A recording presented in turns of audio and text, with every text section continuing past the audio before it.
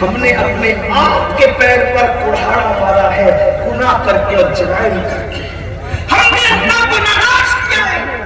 یاد رکھنا، کسی جادوگر کے جادو سے اتنا نقصان نہیں ہوتا جتنا نماز کو چھوڑنے سے نقصان ہوتا ہے۔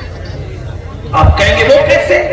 تو سنو، اللہ کے رسول صلی اللہ علیہ وسلم نے فرمایا، اے ابو ہریرہ، اللہ کے رسول فرماتے ہیں ابو ہریرہ کبھی بے نمازی کے پاس نہ بیٹھا کرو۔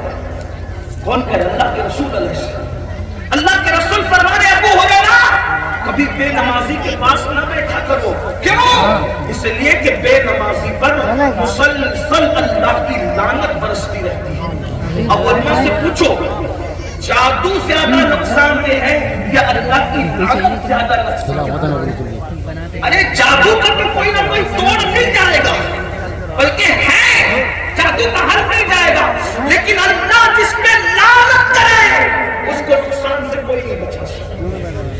اللہ کے رسول بھی اپنے صحابہ سے کہہ دیں کہ بے نمازی کے ساتھ نہ بیٹھا کرو، اس پہ لعنت برستی ہے۔ اور بلکہ اللہ اکبر، حضرت کعب احبار کہتے، کعب احبار، ہم کہتے ہیں نا لوگ ہمارے دشمن ہوئے، زمانہ دشمن ہوا، دور دشمن ہوا۔ کیوں دشمن ہوا؟ اس دنیا میں اللہ کی مرضی کے بغیر پتہ نہیں ہوتا۔ تو دوست اور دشمن دشمن بنا۔ کعب احبار فرماتے ہیں جب کوئی نماز چھوڑ کے تو کیڑے مکوڑے بھی اس کو نفرت کی نگاہ سے دیکھتے ہیں، اور کیڑے مکوڑے بھی اللہ سے کہتے مولا اس ظالم کے لیے ہمیں حکم دے تاکہ ہم اس کو تباہ و برباد کر دیں۔ جس بے نمازی سے کیڑے مکوڑے نفرت کریں اس سے کون محبت کر سکتا ہے؟ بلکہ حدیث پاک کا مفہوم ہے جو نمازوں کو ترک کرتا ہے اللہ نیکوں کے دل میں اس کی نفرت پیدا کر دیتا ہے۔ کتنا افسوس ہے، کتنی حیرت کی بات ہے، بلکہ یہاں تک فرمایا کہ بے نمازی کے پڑوس میں جو رہتا ہے اور اس کے بے نمازی پن سے وہ خوش اور راضی رہتا ہے تو اللہ بے نمازی کے پڑوسی پر بھی لعنت فرماتا ہے۔ اور حدیث قدسی میں حضرت کعب احبار فرماتے ہیں کہ ہم نے آسمانی کتابوں کے حوالے سے دیکھا کہ اللہ فرماتا ہے اگر مجھے اپنی رحمت کا خیال نہ ہوتا تو میں بے نمازی کی 7 پشتوں پہ لعنت کرتا ہوں۔ ایک نماز ایسی عبادت ہے کہ جس کو کرنے کے بعد ہم اللہ کی ہر نعمت حاصل کر سکتے ہیں، لیکن ہم سب کرنا چاہتے ہیں، نماز نہیں پڑھنا چاہتے۔ جس نماز سے اللہ ملتا ہے، کیا حدیث پاک کو نہیں معلوم؟ آپ حدیث پاک نہیں جانتے کہ اللہ کے رسول علیہ السلام نے فرمایا جب کوئی بندہ سجدے میں جاتا ہے تو اللہ اور بندے کے درمیان سے سارے پردے اٹھا لیے جاتے ہیں اور بندہ اللہ کے قریب ہو جاتا ہے۔ ایک سجدہ خدا کے اتنے قریب کرتا ہے تو جس سجدے کی برکت سے اللہ مل جائے اس سجدے کی برکت سے کیا نہیں مل سکتا۔ اس لیے آج سب لوگ کہتے ہیں مولانا برکت نہیں ہے۔ کیا کہتے ہیں؟ برکت نہیں۔ کیوں برکت نہیں؟ کیوں برکت نہیں؟ اللہ کے رسول صلی اللہ علیہ وسلم فرماتے قوت القلوب میں شیخ ابو طالب مکی نے اس حدیث کو لکھا کہ جب اذان ہوتی ہے تو روئے زمین کی ساری دولت سمیٹ کر مسجد میں لائی جاتی ہے۔ توجہ سے سننا، اگر آپ واقعی اللہ رسول کا فرمان سننے آئے تو توجہ سے سنیں، اور اگر آپ فیڈ کرنے آئے تو آپ کی مرضی، اگر آپ موبائل میں ریکارڈنگ کرنے آئے تو بھی آپ کی مرضی ہے۔ حالانکہ پروگرام کو ریکارڈ ہو ہی رہا ہے، اگر ہر بندہ ریکارڈ کرے گا تو اس کی توجہ میری طرف نہیں رہے گی۔ اور یاد رکھنا جب اللہ رسول کے فرامین بیان کی جائیں سب توجہ سے سنا کرنا، باتیں مت کرو آپس میں، ایک دوسرے کو جو ہے وہ مصروف مت رکھو آپس میں۔ بہت نارمل سی بات کرتا ہوں، آسان سی بات کروں، توجہ سے سننا، غور سے سننا، خیال سے سننا، آپ کے فائدے کی، میرے بھی فائدے کی، ہماری نسلوں کے فائدے کی۔ اللہ کے رسول صلی اللہ علیہ وسلم فرماتے ہیں، کیا فرماتے ہیں کہ جب اذان ہوتی ہے تو روئے زمین کی ساری دولت سمیٹ کر مسجد میں لائی جاتی ہے۔ جو مسجد میں آتے ہیں اللہ اللہ ان کو روزی بھی دیتا ہے اور روزی میں برکت بھی دیتا ہے.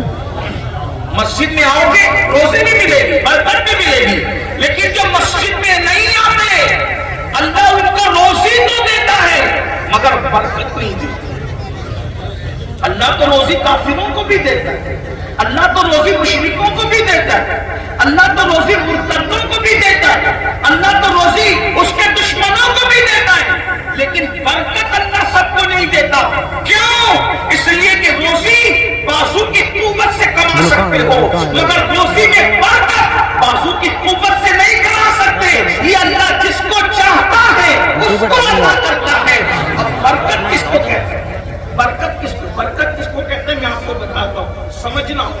دیکھو برکت جہاں ہوگی وہاں کبھی کمی نہیں ہوگی, اور جہاں برکت نہیں ہوگی کروڑوں ہوگا تو بھی ہائے ہائے کرتے دل نہیں بھرے گا. برکت ایک حدیث پاک کی روشنی میں اس کو سمجھے, اس کا مفہوم پیش کر رہا ہوں ماں اور بہنوں کے بیچ توجہ. برکت کسے؟ حضرت ابو ہریرہ رضی اللہ تعالیٰ کو ایک دن بہت بھوک لگی تو آپ نے سوچا کہ اب بھوک برداشت نہیں ہوتی, کسی کے پاس چلتے اس سے کھانا طلبتا, لیکن ماننا مناسب نہیں سمجھا. تو ایسی جگہ جا کر حضرت ابو ہریرہ بیٹھ گئے جہاں بیٹھنے کے بعد گزرنے والے مالدار صحابہ کی نظر پڑے. پہلے صدیق اکبر آئے تو ان کی توجہ نہیں ہوئی, تو حضرت ابو ہریرہ نے ان کو سلام کیا تاکہ توجہ ہو جائے. انہوں نے سلام کا جواب دیا, نکل کر چلے گئے. پھر فاروق اعظم آئے, انہوں نے بھی توجہ نہیں کی. ابو ہریرہ رضی اللہ تعالیٰ عنہ نے خود سے سلام کیا, وہ بھی جواب دے کے چلے گئے. اس کے بعد میرے اور آپ کے آقا, ہم غریبوں کے غمگسار مصطفیٰ جان رحمت, قاسم نعمت, مالک جنت صلی اللہ علیہ وآلہ وسلم تشریف لائے اور آ کر ابو ہریرہ کو سلام کیا اور سلام کر کے فرمایا, ابو ہریرہ بھوکے ہو, بھوک لگی ہے, چلو میں تمہیں کھانا کھلاتا ہوں. مطلب کیا ہے؟ جس کو کوئی نہیں پوچھتا اس کا سہارا آمینہ کا لال ہے. جس پر کسی کی توجہ نہیں جاتی اس پر مالک و مختار نبی مصطفیٰ جان رحمت توجہ کرتے ہیں. جو کہہ سکانا لب سے ملی وہ مراد کی, میرے سکوت پر بھی شہاں کی نظر گئی. لوگ تو الفاظ پر توجہ کرتے ہیں, میرے نبی تو خاموشی بھی سنا کرتے ہیں. حضرت ابو ہریرہ سے کہا, ابو ہریرہ بھوک لگی ہے, چلو میں تمہیں کھلاتا ہوں. لے کر گئے. مسجد نبوی کے اندر ایک چبوترا تھا, اس کو ہم اپنی زبان میں صفہ کا چبوترا کہتے ہیں. وہاں بیٹھ گئے. 70 صحابہ وہاں بھوکے بیٹھے ہوئے تھے. آقا نے فرمایا, ابو ہریرہ جاؤ اور عائشہ صدیقہ سے پوچھو کہ گھر میں کچھ ہے. سیدنا ابو ہریرہ گئے, ہم سب کی اپنی جان ام المومنین سیدہ عائشہ سے عرض کیا, حضور پوچھ رہے گھر میں کچھ ہے. آج کل کی عورتیں ہوتی تو کیا کرتی, کیا انہیں پتا نہیں؟ معاذ اللہ, لوگ کیسے کہتے ہیں, کیسی عورتیں باتیں کرتی ہیں, گھر کے شکوے کرتی ہیں. لیکن قربان جائیں, اللہ کے رسول علیہ السلام جب پوچھتے ہیں, پوچھواتے ہیں حضرت ابو ہریرہ سے گھر میں کچھ ہے, جواب کتنا خوبصورت دیا. فرمایا ابو ہریرہ رضی اللہ عنہ سے, آقا سے کہہ دینا یہاں تو اللہ کی برکت ہے. کیا تھا؟ یہاں تو اللہ کی برکت ہے. 1 مہینے سے چولہا نہیں جلا, حضور جانتے ہیں. ہاں البتہ ایک عورت, ایک خاتون ایک کٹورا بھر دودھ حضور کو ہدیے میں پیش کر گئی, یہ کٹورا بھر دودھ لے جاؤ. وہ کٹورا بھر دودھ لے کر ابو ہریرہ چلے اور لا کر پیش کیا. سرکار نے ہاتھ میں لیا. اب کتنے بھوکے اس میں؟ 70 تو وہ صحابہ ہیں, 71 ابو ہریرہ ہیں, 72 حضور علیہ السلام کی ذات, اور پھر ام المومنین سیدہ عائشہ 73. یعنی کہ آپ گنتے چلے جائیں لیکن کم سے کم 70 کا عدد تو ہے. اب میرے آقا علیہ السلام نے وہ کٹورا ہاتھ میں لیا. جو کئی دن کا بھوکا ہو, ایک کٹورا اس کے لیے کیا حیثیت رکھتا ہے, اور اس میں کتنے لوگ ہیں؟ 70 لوگ ہیں. حضور نے ہاتھ میں لے کر دعا کی, اے اللہ اس میں برکت عطا فرما, اے اللہ اس میں برکت عطا فرما. دیکھو برکت, اس میں برکت عطا فرما. اور پھر سرکار نے فرمایا, ابو ہریرہ لو پلاؤ. اب یہاں تو بھوک اتنی شگاف پر ہے اور حضور نے کیا امتحان لیا اپنے عاشق کا، تو میں اپنے ہاتھوں سے سب کو پلاؤ. مگر وہ صحابی تھے، حضور کی بات پہ یقین تھا، ایک ایک کے پاس لے جاتے اور وہ پیٹ بھر بھر کے پیتے، دوسرے کے پاس، تیسرے کے پاس، چوتھے کے پاس، حتیٰ کہ 70 صحابہ نے سیر ہو کر کے دودھ پی لیا. جب سب پی چکے تو سرکار نے فرمایا ابو ہریرہ تیری باری ہے، اب آ میں تجھے پلاتا ہوں. اور اپنے ہاتھوں سے میرے آقا نے حضرت ابو ہریرہ کو پلایا. پھر انہوں نے پیا، سرکار نے فرمایا اور پی، پھر پیا، پھر فرمایا اور پی، پھر پیا. بلاخر وہ منزل آئی کہ ابو ہریرہ نے منہ پھیر کر کہا حضور اب گنجائش نہیں ہے. پھر حضور نے خود پیا اور پینے کے بعد فرمایا لے جاؤ عائشہ سے کہنا کہ وہ بھی پی لے. ابو ہریرہ کو ٹورا لے جاتے ہوئے دیکھتے ہیں اور کہتے ہیں اللہ کی عزت کی قسم میں فیصلہ نہیں کر پا رہا تھا، جب لایا تھا تب دودھ زیادہ تھا یا لے جا رہا ہوں تب دودھ زیادہ ہے. آپ مجھے بتائیں، یہ ہے برکت، یہ ہے برکت. اور اسی برکت سے آج مسلمان محروم ہے. اسی برکت سے، برکت نہیں ہے، دولت ہے برکت نہیں، مال ہے برکت نہیں، کھیتیاں ہے برکت نہیں، عمر ہے برکت نہیں، اولاد ہے برکت نہیں، نعمتیں برکت نہیں. اور برکت ملے گی کہاں؟ برکت بازاروں میں نہیں ملتی، برکت نماز کی وجہ سے ملا کرتی ہے. اس لیے نماز کی طرف آؤ. اگر نماز کی طرف نہیں آؤ گے تو نقصان اٹھاؤ گے. میرے پیارے آقا صلی اللہ علیہ وسلم کے دیوانوں، اللہ کے رسول غیب دا نبی صلی اللہ علیہ وسلم فرماتے ہیں نماز نہیں پڑھو گے تو اپنے آقا کا فرمان دل کے کانوں سے سنو اور بہت توجہ سے سنو. اللہ کے حبیب میرے اور آپ کے آقا غیب دا نبی مصطفیٰ جان رحمت صلی اللہ علیہ وسلم فرماتے ہیں کہ جہنم کے اندر ایک وادی ہے، وادی، اور وہ جہنم کے اندر جو وادی ہے جہنم اس سے پناہ مانگتا ہے. جہنم کی اس وادی سے جہنم بھی ایک دن میں 5 مرتبہ پناہ مانگتا ہے. اور وہ جہنم کے اندر آگ کے شرارے، آگ کی تپش، آگ کی حرارت اس قدر خطرناک ہے کہ اگر اس میں پہاڑوں کو ڈال دیا جائے تو پہاڑ بھی پگھل جائے. اللہ اکبر، جہنم کے اندر پہاڑ بھی پگھل جائے. صحابہ کرام نے پوچھا یا رسول اللہ جس جہنم کی آگ کے اندر پہاڑ بھی پگھل جائے اس جہنم میں اللہ کس کو داخل کرے گا؟ تو میرے آقا علیہ السلام فرماتے ہیں اس جہنم میں اللہ 2 لوگوں کو داخل کرے گا. ایک تو وہ جو نماز نہیں پڑھتے ان کو داخل کرے گا، اور دوسرے وہ جو حرام لقمہ کھاتے ہیں اللہ ان کو جہنم میں داخل کرے گا. یعنی جس میں پہاڑ پگھل جائیں. میری قوم کے جوانوں، میری ماں اور بہنوں، اب میں آپ سے پوچھتا ہوں جس آگ کے اندر پہاڑ پگھل جائیں، جس آگ کی گرمی سے پہاڑ پگھل جائیں، اس آگ کے اندر ہمارا کیا انجام ہوگا؟ اگر نماز نہیں پڑھتے اتنے بدترین عذاب میں ڈالے جاؤ گے. بلکہ میرے آقا، ہم سب کے آقا مصطفیٰ جان رحمت صلی اللہ علیہ وسلم فرماتے ہیں کہ جہنم کے اندر ایک وادی ہے. اللہ اکبر. اور اس وادی کا حال یہ ہے اس میں اتنے موٹے موٹے بچھو ہیں جتنے کے بڑے بڑے موٹے کھچر ہوتے ہیں. اور ان بچھوؤں کا حال یہ ہے کہ ان کے ایک منہ میں 70 ڈنک اللہ نے پیدا کیے ہیں. یہ میری آپ کی بات نہیں، یہ رسول اللہ کا فرمان ہے.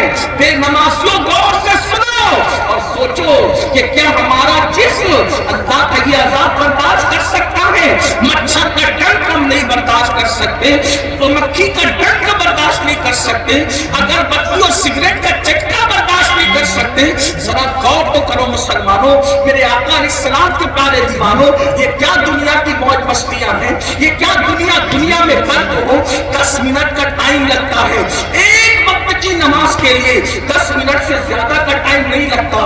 لیکن افسوس گیم کھیلنے کے لیے وقت ہے، فیس بک کے لیے وقت ہے، یوٹیوب کے لیے وقت ہے، دوستوں کی محفلوں کے لیے وقت ہے، گانے غزلوں کے لیے وقت ہے، کھیل کود کے لیے وقت ہے, کرکٹ اور فلمیں دیکھنے کے لیے وقت ہے.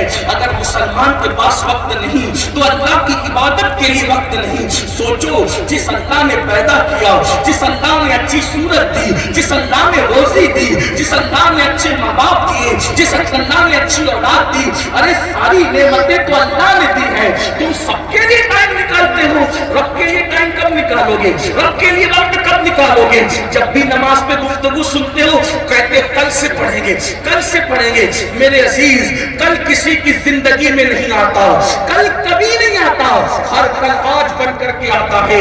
کسی مفکر نے کہا تھا, اس سے پہلے کہ تیری نماز پڑھی جائے تو نماز پڑھنا شروع کر دے. اس سے پہلے کہ تیری نماز جنازہ پڑھی جائے تو مسجدوں کو آباد کرنے لگ. سن لو, یہ دھوکے باز اور مکار دنیا, اپنی قبر میں کوئی نہیں آئے گا, نہ ماں آئے گی, نہ باپ آئے گا, نہ بھائی آئے گا, نہ دوست آئیں گے, نہ احباب آئیں گے, نہ بال آئیں گے, نہ بچے آئیں گے, نہ بیوی, کوئی قبر میں نہیں آئے گا.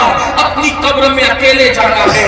دنیا کے اندر ڈوب کر خدا کے ساتھ بغاوت کرنے والوں, اللہ کی نافرمانی کرنے والوں, ذرا سوچو تو صحیح. اللہ کے سچے نبی, ہم سب کے آقا و مولا مصطفیٰ جان رحمت صلی اللہ علیہ وسلم فرماتے ہیں, جہنم کے اندر کھچر کی طرح موٹے موٹے بچھو, اور ہر بچھو کے منہ میں 70 ڈنک ہے, 70 ڈنک, اور ہر ڈنک میں زہر کی تھیلی ہے. جب وہ بچھو کسی بے نمازی کو ڈسے گا,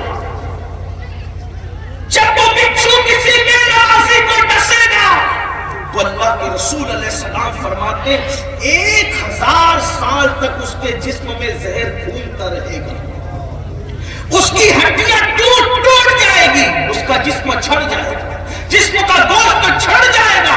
سوچو, کھیت کا بچھو ڈنک مارے تو ہم برداشت نہیں کر سکتے, اللہ نے جہنم میں جس بچھو کو پیدا کیا اس کو کیسے برداشت کریں گے؟ بہت آسانی سے کہہ دیتے ٹائم نہیں ملتا نماز کے لیے, وقت نہیں ملتا. میں کہتا ہوں جب سب کے لیے ٹائم ہے تو رب کے لیے بھی ٹائم نکالو, ورنہ ایک دن موت ہے, موت کی لٹکتی ہوئی تلوار ہمارے سروں پر ہے.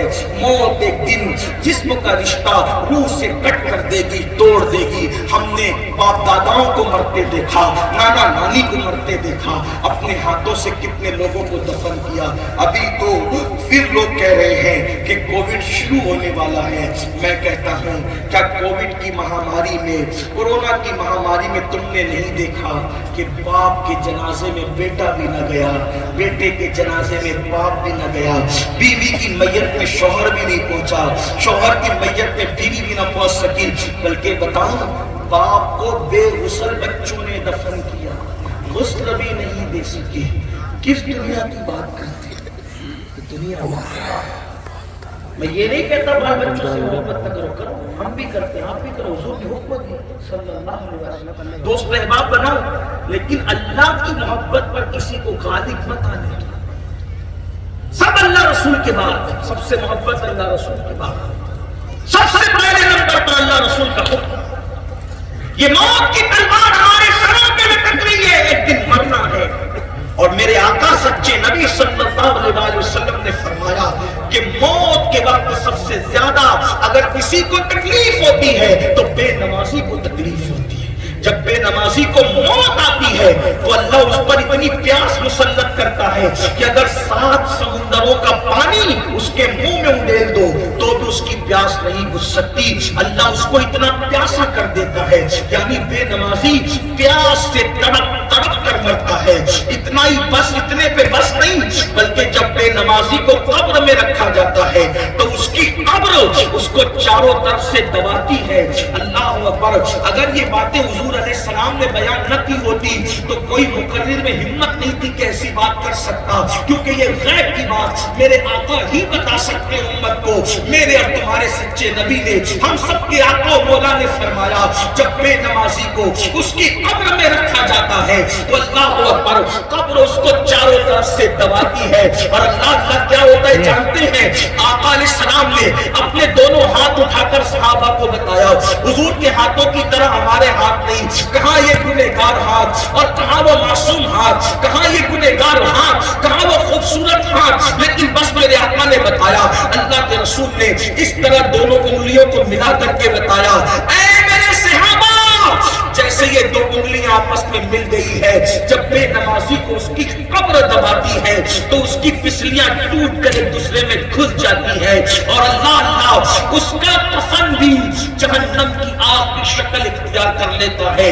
نیچے اس کی قبر میں انگار بھڑکائی جاتی ہے, جہنم کی آگ بھڑکائی جاتی ہے.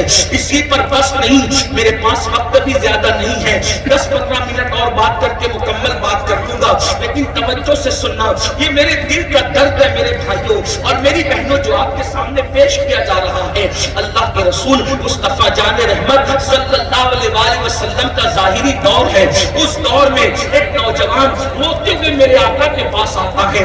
آقا صحابہ کے ساتھ تشریف فرما ہے, میرے آقا صحابہ کے ساتھ جلوگر ہے, صحابہ کے ساتھ بیٹھے ہیں. وہ جوان روتے ہوئے آتا ہے تو اللہ کے رسول اس جوان سے پوچھتے ہیں, اے نوجوان, یہ بتا تو کیوں رو رہا ہے, تیرے رونے کی وجہ کیا ہے؟ وہ جوان عرض کرتا ہے, یا رسول اللہ صلی اللہ علیہ وسلم, میرا باپ مر گیا اور ہم لوگ دیہاتی ہیں, ہم دیہات میں رہتے ہیں, مر گیا ہے, نہ اس کو کوئی غسل دینے والا ہے, نہ اس کو کوئی کفن پہنانے والا ہے, نہ اس کو کوئی دفن کرنے والا ہے. یا رسول اللہ, میں نے اپنے باپ کی لاش پہ چادر ڈال دی ہے اور چادر ڈال کر کے اب میں آپ کے پاس آیا ہوں. آقا میں کیا کروں, نہ کوئی غسل دینے والا, نہ کوئی کفن پہنانے والا, نہ کوئی دفن کرنے والا. تو میرے سرکار نے اس بندے پر کرم کرتے ہوئے فرمایا, اے ابو بکر اٹھو, اے عمر اٹھو اور تم دونوں جاؤ, یہ جس دیہات میں رہتا ہے اس دیہات میں جا کر اس کے باپ کو غسل دو اور اپنے ہاتھوں سے کفن پہناؤ اور اس کو دفن کر دو. تو میرے آقا کے دونوں اصحاب صدیق اکبر اور فاروق اعظم یہ دونوں چلے. جب اس دیہات میں پہنچے اور اس میت کو دیکھا, غسل کرنا چاہا, اسے غسل دینا چاہا, تو جیسے اس کے منہ سے چادر ہٹائی, اس میت کے منہ سے غسل دینے کے لیے چادر ہٹائی, تو کیا دیکھا, اس میت کا منہ سور کی طرح ہو گیا, کالے سور کی طرح, کالے خنزیر کی طرح. اس واقعے کو اللہ اکبر علامہ عثمان ابن حسن نے اپنی کتاب میں لکھا ہے. اب دھیان سے سننا, کالے خنزیر, کالے سور کی طرح منہ ہو گیا. تو دونوں نے فوراً چادر ڈال دی. اب آپ سوچے تو صحیح, انسان کا پورا جسم انسان کی طرح ہو اور مرنے کے بعد منہ سور کی طرح, اور وہ بھی کالے سور کی طرح ہو, تو کیا حال ہوگا. تو وہ لوگ تو بڑے اللہ والے تھے, اللہ سے ڈرنے والے تھے, اللہ سے خوف کرنے والے تھے. جلدی سے چادر ڈالی اور ایک جوان کو جلدی جاؤ اور اللہ کے رسول سے کہنا کہ یا رسول اللہ صلی اللہ علیہ وسلم, جس کو کفن دفن کے لیے, جس کے کفن دفن کے لیے آپ نے ہمیں حکم فرمایا, اس کا منہ تو کالے سور کی طرح ہو گیا, کالے خنزیر کی طرح ہو گیا, ہم اس کو کیا کریں اب. تو میرے آقا علیہ السلام نے جب یہ بات سنی تو حضور خود تشریف لائے اس گاؤں میں, اس دیہات میں آقا خود آئے, اور جب چادر ہٹائی تو کیا دیکھا, کالے سور کی طرح, کالے خنزیر کی طرح اس کا منہ تھا. میرے آقا نے ہاتھ اٹھایا اور دعا کی, مولا اس کا منہ درست کر دے, اس کا منہ صحیح کر دے. بس آقا کا دعا کرنا تھا کہ اس کا منہ درست ہو گیا, اس کا منہ صحیح سلامت ہو گیا. پھر اس کو غسل دیا گیا, پھر اس کو کفن پہنایا گیا, پھر اس کی نماز جنازہ پڑھی گئی, اور اس کے بعد پھر نماز جنازہ جب ہو گئی تو کسی نے خاموشی سے کہا, ارے ارے اس کا منہ پہلے سور کی طرح ہو گیا تھا,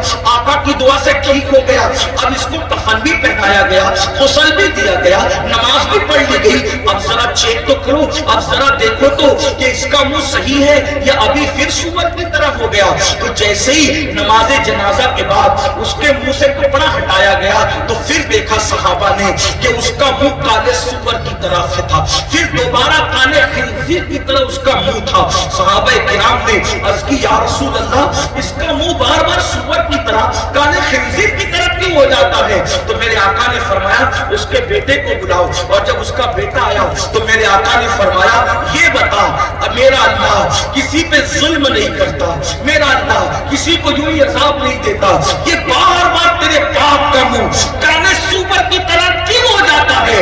تو اس بندے نے روتے ہوئے کہا, یا رسول اللہ, میرا باپ جب نماز کا وقت آتا تھا تو سو جایا کرتا تھا, میرا باپ نماز میں سستی کرتا تھا, میرا باپ نماز میں غفلت کرتا تھا. اس وقت میرے آقا نے فرمایا, اے میرے صحابہ, جو دنیا میں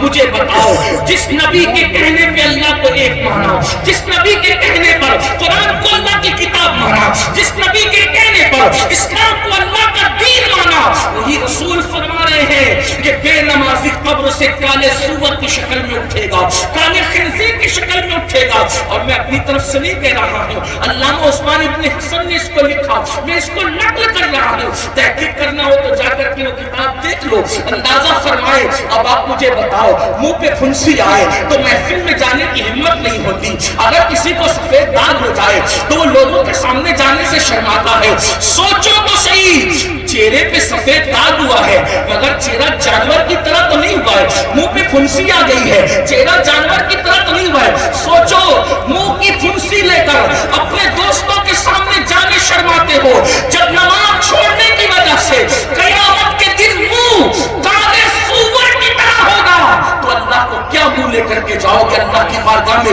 کیا منہ دکھاؤ گے؟ سب چلتا ہے مولانا, سب چلتا ہے, مسلمان سب نہیں چلتا. اگر مسلمان بن کے رہنا ہے, مومن بن کے رہنا ہے تو اللہ کی شریعت پر عمل کرنا ہوگا, وقت نکال کے نماز پڑھنا ہوگا. سردی ہو, گرمی ہو, بارش ہو, خوشی ہو, غم ہو, اپنی مرضی نہیں چلے گی, اللہ کا قانون چلے گا, اللہ کا حکم چلے گا. اللہ کے بندے ہو کر اللہ کے لیے ٹائم نہیں, اللہ کے بندے ہو کے اللہ کے لیے وقت نہیں. آپ جانتے ہیں جب کوئی فجر چھوڑتا ہے, زور چھوڑتا ہے, عصر چھوڑتا ہے, مغرب چھوڑتا ہے, عشاء چھوڑتا ہے, 5 وقت کی نماز چھوڑتا ہے, شیطان کہتا ہے میں جا رہا ہوں تیرے پاس سے, جا رہا ہوں. کیوں؟ شیطان کہتا ہے میں نے ایک سجدہ چھوڑا تو میرا یہ حال ہوا, تو 5 وقت نہیں پڑھا, تیرا کیا حال ہوا؟ اور مسلمانوں کو احساس ہی نہیں, احساس ہی نہیں ہے. کیوں؟ اس لیے کہ تم نے یہ سبق سن لیا ہے کہ تم جنتی ہو. کیا ثبوت ہے جنتی؟ مجھے بتاؤ. جھوٹ بولتے ہو. ہاں امید کر سکتے کہ جنتی ہے, امید کرو, لیکن خوف بھی کرو. فاروق اعظم جن کو رسول اللہ نے جنت کی بشارت دی, وہ کہتے اگر اللہ کا اعلان ہو جائے کہ سب جنت میں جائیں گے, ایک جہنم میں جائے گا تو میں ڈروں گا. تھوڑی دیر سن لے, چند منٹ کی بات ہے, توجہ کر دیں, بڑی مہربانی. فاروق اعظم کہتے اگر اللہ کی طرف سے اعلان ہو کہ سب جنت میں جائیں گے, ایک جہنم میں جائے گا, تو کہتے میں ڈروں گا کہیں وہ جہنمی میں تو نہیں. یہ خوف ہے ان کے دلوں میں. اور کہتے اگر یہ اعلان ہو کہ سب جہنم میں جائیں گے, ایک جنت میں جائے گا, تو میں امید کروں گا کہ وہ جنتی انشاءاللہ میں ہی. خوف بھی کرو, امید بھی کرو, لیکن یہاں تو نہ نماز, نہ عبادت, نہ تلاوت. قرآن طاقوں میں رکھا ہے, دھول پہ دھول جمی ہے, روزانہ سیریت دیکھتے. بیٹیاں بے پردہ گھوم رہی ہیں, کانوں میں ایئر فون لگا کے گانے سن رہے, سود کھا رہے, حرام لقمے کھا رہے, اور پھر سوچتے ہم جنت میں جائیں گے. کیوں جنت میں جاؤ گے؟ وہ کہتے ہیں کہ ہم تو غوث پاک کے مرید ہیں, 11ویں والے پیر کے مرید ہیں, غوث پاک لے جائیں گے. میں نے کہا شیطان کا دھوکہ ہے میرے بھائی, نماز چھوڑ کے سوچنا کہ غوث پاک جنت میں لے جائیں گے. اب سنو غوث پاک کو. غوث پاک فرماتے ہیں بے نمازی مرے اسے مسلمان کے قبرستان میں دفن مت کرو. جو غوث پاک بے نمازی کو مسلمان کے قبرستان میں پسند نہیں کرتے, وہ غوث پاک بے نمازی کو اپنے سلسلے قادریہ میں کیسے پسند کریں گے؟ آپ بتاؤ تو صحیح. نہیں مولانا ہم نے غوث پاک کا دامن پکڑا. میں نے کہا غوث پاک کا دامن پکڑنے والا زانی کیسا ہے, غوث پاک کا دامن پکڑنے والا شرابی کیسا, غوث پاک کا دامن پکڑنے والا بے نمازی کیسا. میں تو غوث پاک کا دامن وہ کریں گے, ویٹ کریں گے. مجھے افسوس ہے. آپ کہیں گے تو کیا جانتا؟ میں نے کہا میں یہ جانتا کہ جو ان کا دامن پکڑے پھر وہ کچا نہیں رہ جاتا, وہ کمزور نہیں رہ جاتا, وہ بے امن نہیں رہ جاتا. کیا مطلب؟ میں نے کہا واقعہ بار بار سنا. ایک چور تھا, چوری کرنے نکلا, پوری رات گھومتا رہا بستی میں, نہیں چوری چلی, اس کا کوئی کام نہیں بنا, تو تھک ہار کر کے صبح ہوتے ہوتے ایک جنگل میں جا کر بیٹھ گیا. صبح کو دیکھا کہ غوث پاک جا رہے, اور غوث پاک ہر دن نیا لباس پہنتے تھے, اور اتنا مہنگا پہنتے تھے کہ اتنا مہنگا کپڑا بادشاہ کو بھی نہیں ملتا تھا. بادشاہ سے بھی قیمتی لباس غوث پاک پہنتے تھے.